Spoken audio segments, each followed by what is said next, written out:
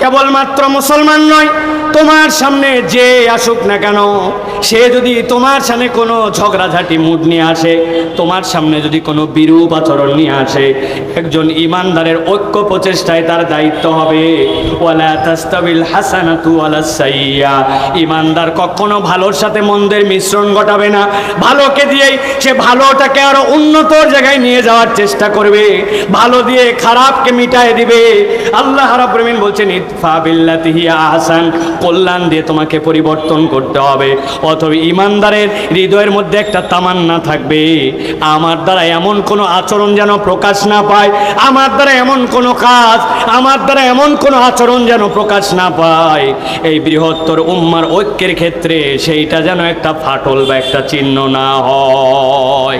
আমি মনে করছি হয়তো তা আমার তো এই ছোট্ট কাজ, এই কাজের এমন কি ভ্যালু আছে, কিন্তু বুনিয়ান উম্মার সুস, আমি ওই মহা বিল্ডিং এর একটা পার্ট, সেটা একটা ধূলিকণা হতে পারে, ইমানদারের ফিলিংস তার মধ্যে থাকবে। এই জন্য আমি বলবো প্রিয় ভাইরাই, ঝগড়াই নয় হিকমায় ঐক্য গঠন আমাদেরকে করতে হবে। অতএব প্রিয় ভাইরা, আল্লাহ